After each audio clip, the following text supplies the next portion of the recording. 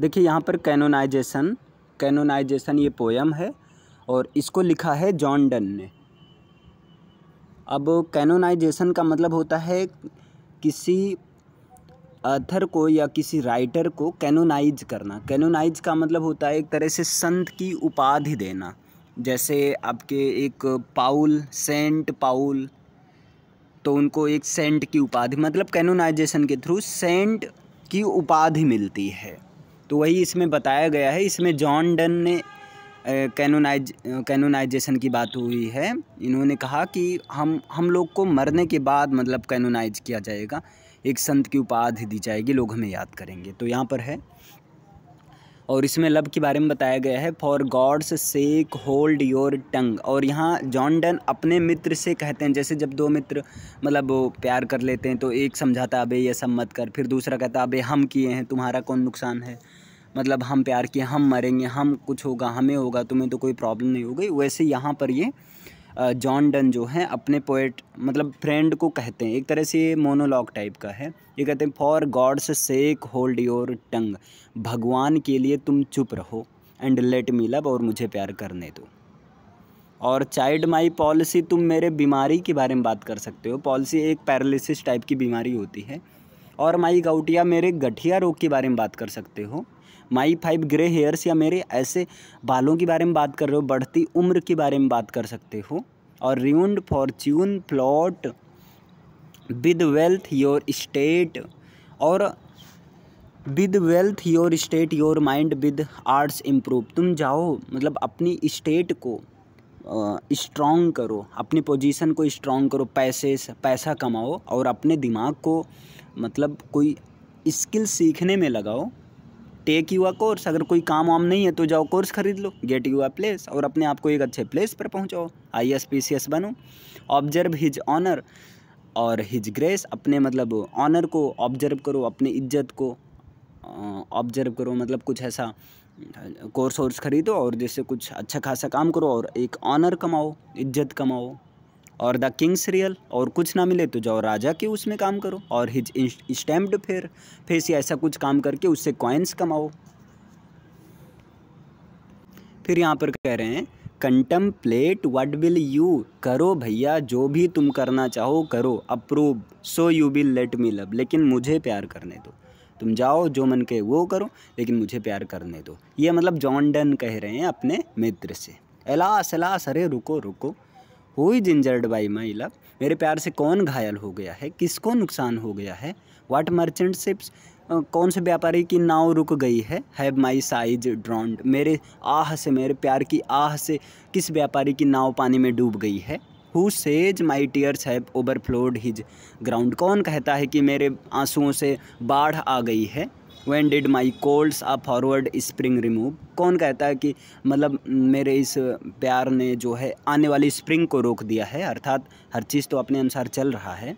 When did hearts which my veins fill and one more to plague will, और मेरी hearts में, मेरी veins में जो ये जो प्यार की गर्माहट है इसने कहाँ मतलब प्लेग पैदा कर दिया है, कौन सी बीमारी पैदा कर दिया है। सोल्जर्स फाइंड वार्स, सोल्जर्स युद्ध कर रहे हैं।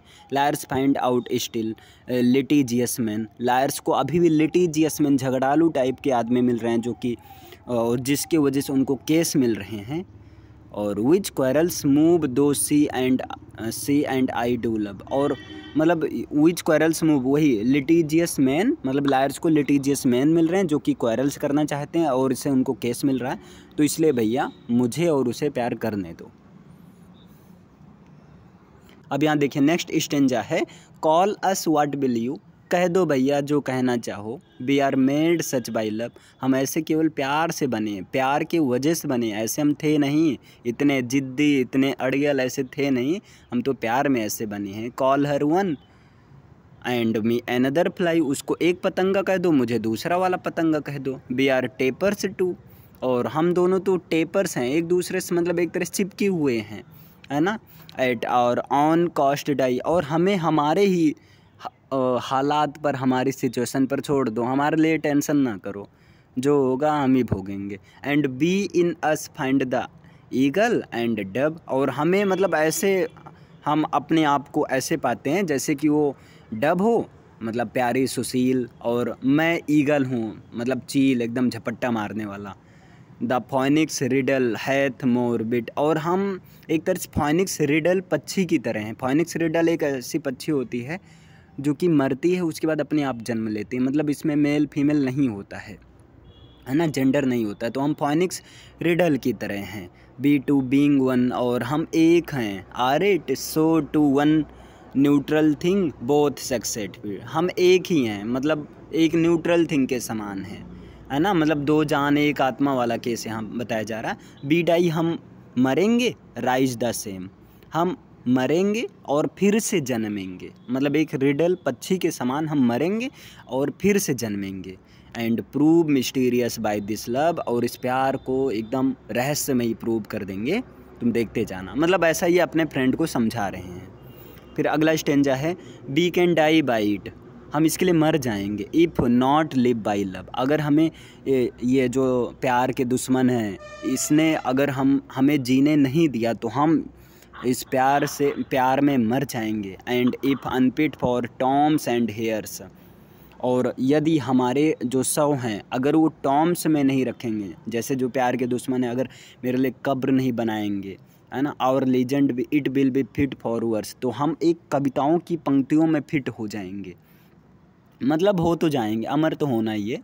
And if no piece of chronicle be prove, और यदि मान लो हम इतिहास में अपना नाम नहीं कर पाएंगे, ये कह रहे हैं अगर इतिहास में मेरे प्यार का जिक्र नहीं हो पाएगा, we will build in sonnets pretty rooms, तो हम ऐसे कविताओं की सोनेट वाली कविताओं में फिट हो जाएंगे।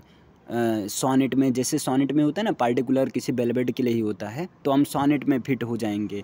एज वेल आ वेल रॉट अर्न बिकम्स, और एक तरह से हम एक वेल रॉट अर्न बन जाएंगे, एक बर्तन की तरह। Greatness ashes as half acre tombs, and by these hymns all shall approve us canonized for love, ये कह रहे हैं। और यदि हमें अर्न में नहीं रखा गया, हमारी राख को अर्न में, जैसे होता है ना एक बर्तन में रखकर उसे नदी में फेंका जाता है, यदि उसमें नहीं रखा गया तो हम हमारी जो ग्रेटेस्ट एसेस हैं, एक तरह से हम लोग हिम्स के रूप में, हिम्स मतलब होता है भजन, इन भजनों के माध्यम से, इन छोटे छोटे कविताओं के माध्यम से हम लोगों के बीच में प्यार के लिए कैनोनाइज हो जाएंगे। लोगों के बीच में हमें एक प्यार के लिए कैनोनाइज्ड, मतलब एक संत की उपाधि मिल जाएगी, मतलब लोग याद करेंगे हाँ कोई आवारा पागल प्रेमी था, मतलब ऐसे जो हैं। एंड दस invoke us you whom reverend love made one another's hermitage, और इस तरह से जो तुम्हें कहना चाहते हो कहो, और हम जो हैं एक दूसरे के लिए, एक दूसरे के हर्मिटेज में, मतलब एक दूसरे के लिए ही बने हैं, ऐसा मतलब एक दूसरे की श्रद्धांजलि, एक दूसरे का रेस्पेक्ट करते हैं। You to whom love was peace, और तुम लोग जिसे मतलब यही कहोगे कि इनके लिए, मतलब हम लोग के लिए लव एक शांति था। डेट नाउ इज रेज, लेकिन अब तो लब तो एक झगड़ालू हो गया है। अब मतलब लब में लोग अच्छा फील नहीं करते हैं, बल्कि हर बात पर एक जैसे हमेशा प्रेशराइज रहते हैं, गुस्सा रहते हैं। तुम लोग यही कहोगे कि इन लोगों के लिए लब का मतलब शांति था, लब का मतलब एक दूसरे को समझना, दो जाने एक आत्मा, लेकिन अब तो लब का मतलब अपने अपने हाँकना।